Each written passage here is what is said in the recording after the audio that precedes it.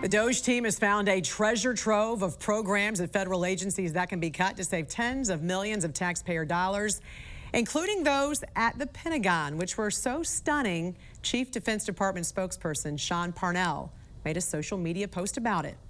In the interest of transparency, look at some of the initial things that we found. In the Air Force, $1.9 million for holistic DEI transformation and training, $6 million to the University of Montana to strengthen American democracy by bridging divides.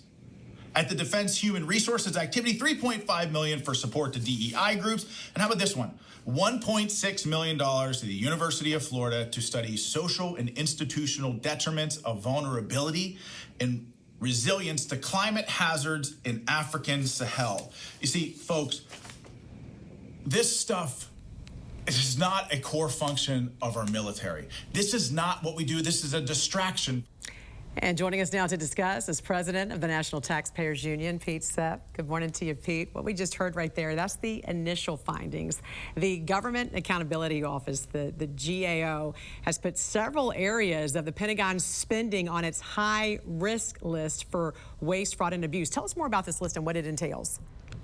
The high-risk list was begun in 1990 to kind of keep a watch on federal agencies that were being especially wasteful and putting at risk taxpayer dollars. Well, part of the Pentagon has been on that list ever since it was created. So that's 35 years. There are no fewer than 5 areas of the Defense Department on this list, including the entire contracting and procurement operations of the Pentagon. That's a danger sign that billions, not just tens of millions that Parnell found, are at risk here.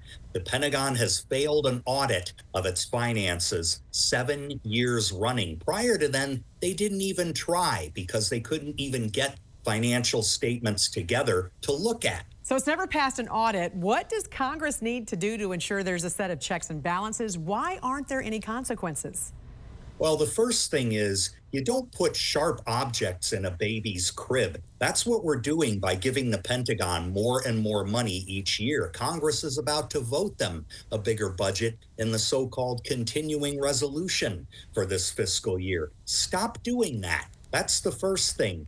Next thing, look for deep cuts in the Pentagon budget that won't compromise national security. They are everywhere. A $50 billion ship system that the Navy wants to retire early because it doesn't sail well. The $2 trillion F-35 fighter program, a ballistic missile program that's 81% over budget. We not only have to look at waste, fraud, and abuse in contracting, we have to look at systems that simply are too costly, underperforming, and behind schedule to make a difference in national security. Congress needs to start prioritizing. The administration needs to start firing these bad contractors. And right now, we are seeing a shift right now from some of that funding for some of those programs in the military, from the climate policies or DEI programs, shifting now toward what he just said, what the military is for military spending. President of the National Taxpayers Union, Pete Sepp,